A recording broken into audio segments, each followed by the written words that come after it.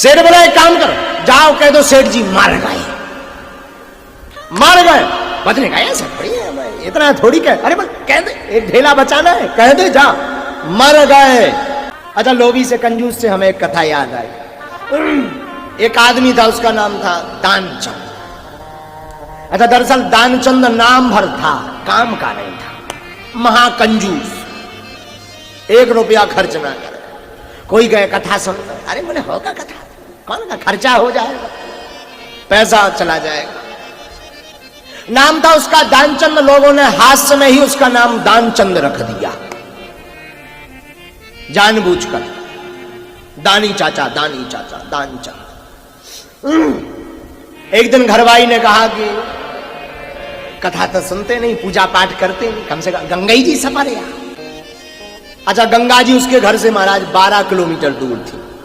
कौन पैसा लगना है, पैदल चले जाओ, ज्यादा कंजूसी है तो मत वाहन पकड़ना। अच्छा कंजूस दानचंद ने सोचा ये बढ़िया है, पैसा ऐसा देंगे नहीं, पैदल नहाए। अब घरवाई कहती, पत्नी की बात ज्यादा लोग मानते, पत्नी जैसा कहते पति वैसे ही करे। पहले लोग गुरुजी की और साधुओं की बात मानते, आजकल पत्नी का चल चला है। हाँ जो ताली बजा रहे समझ जाओ इनकी पत्नी की चला रही घर है। जो अच्छा ये ज्यादा बजा रहे मतलब ये बहुत प्रताड़ित है, जो ज्यादा बजाए तो समझना प्रताड़ित है। अच्छा पहले लोग जो है भूत प्रेतों से ज्यादा प्रताड़ित रहते थे, आज भी है, पर ज्यादातर अब आजकल पत्नी प्रताड़ित मिलते हैं। हाँ पत्नियों की बड़ी चल चला। तो सोचा दानचंद ने कि अब पत्नी कहती तो जाना पड़ेगा, नहीं तो कल से रसोई बंद, भोजन ही नहीं मिलेगा। बेचारे ने सोचा कि चलो गंगा जी सफर आए। 12 किलोमीटर दूर तो है, पैदल गया।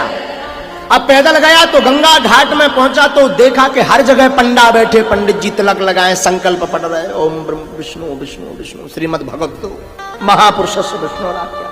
इसने सोचा अगर इस घाट पे स्नान करेंगे तो कुछ धेला देना पड़ेगा। उस जमाने में धेला चलता था, पैसे को धेला बोलते थे। ध्यान से सुनना, हो सकता तुम उनमें से भी एक आध ऐसा व्यक्ति हो। राधे राधे। तो दानचंद ने सोचा यहां से जाएंगे, पंडित जी कुछ धेला ले लेंगे, पैसा ले लेंगे और हमें खर्च लग जाएगा। तो ये आदमी मुर्दा घाट से सपन्ने गया, जहां मुर्दे जलते थे। इसने सोचा यहां तो कोई आता नहीं, मुर्दे ही आते हैं, कभी कभी कोई आदमी अपनी सीट खाली करता है तब जाकर मुर्दा घाट भरता है।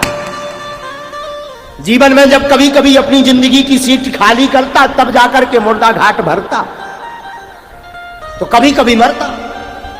तो ये कंजूस दानचंद मुर्दा घाट पहुंचा। इसने इधर उधर देखा तो कहीं कोई पंडित जी नजर नहीं आए, पंडा नजर नहीं आए।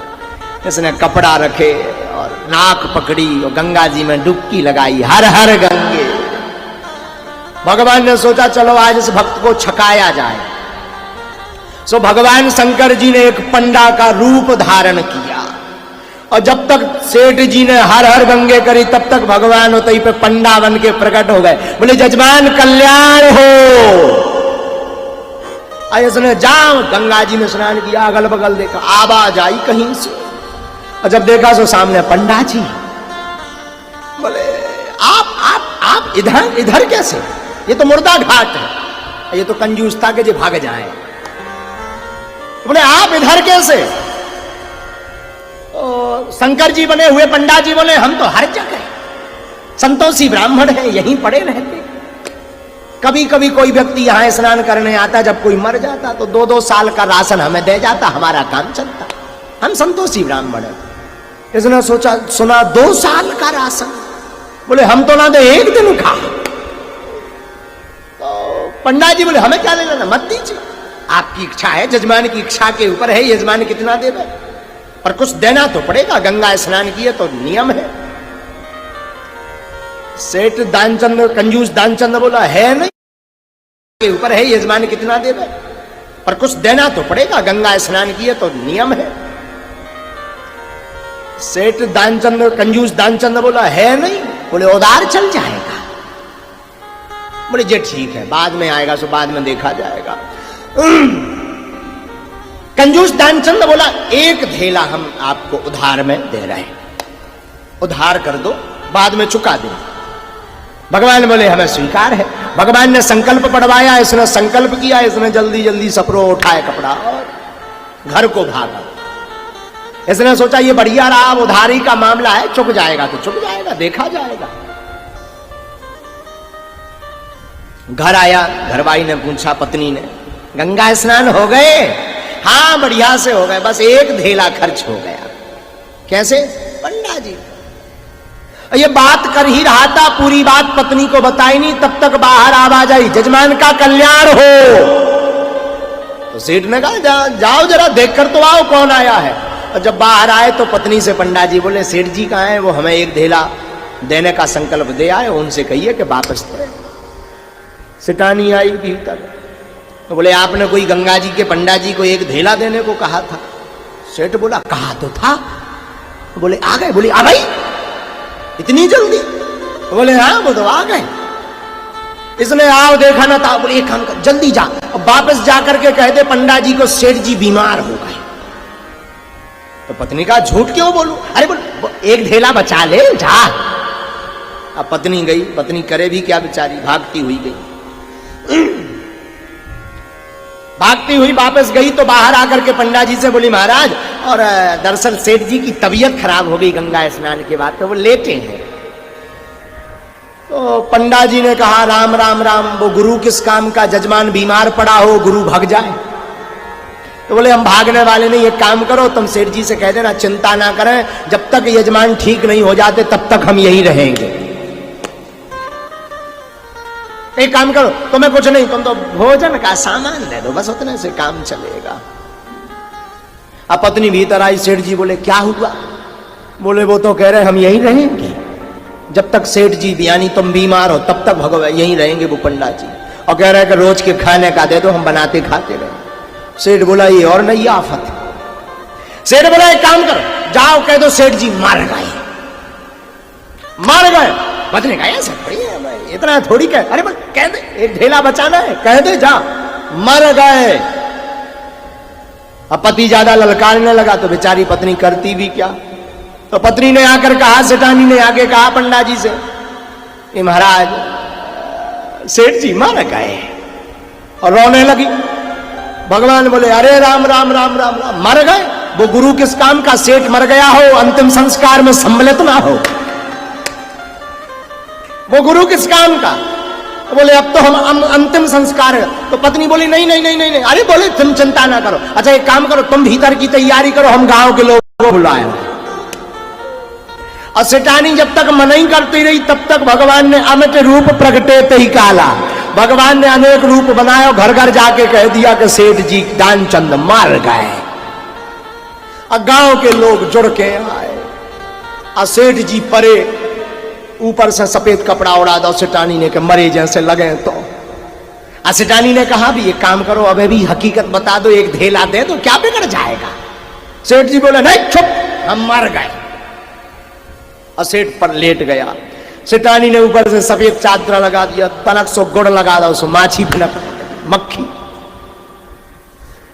अब गांव के आए, ठटरी बनाई गई शमशान लकड़ी की, जिस पर लिटाया जाता सौ को। अब सेठ जी को उठाने लगे तो सेठानी रोने लगे, नहीं मरे मत ले जाओ, नहीं मरे मत ले जाओ। गांव के बोले जाने वाला तो चला ही गया, ये तो तुम्हारा भ्रम है, मोह है, प्रेम ज्यादा है इसलिए नहीं छोड़ रहे, छोड़ो। और सेठानी सत्य बोले नहीं मरे जिंदा है, मत ले जाओ। गांव के बोले ये तो तुम्हारा मोह है, प्रीति ज्यादा है इसलिए ले चलो।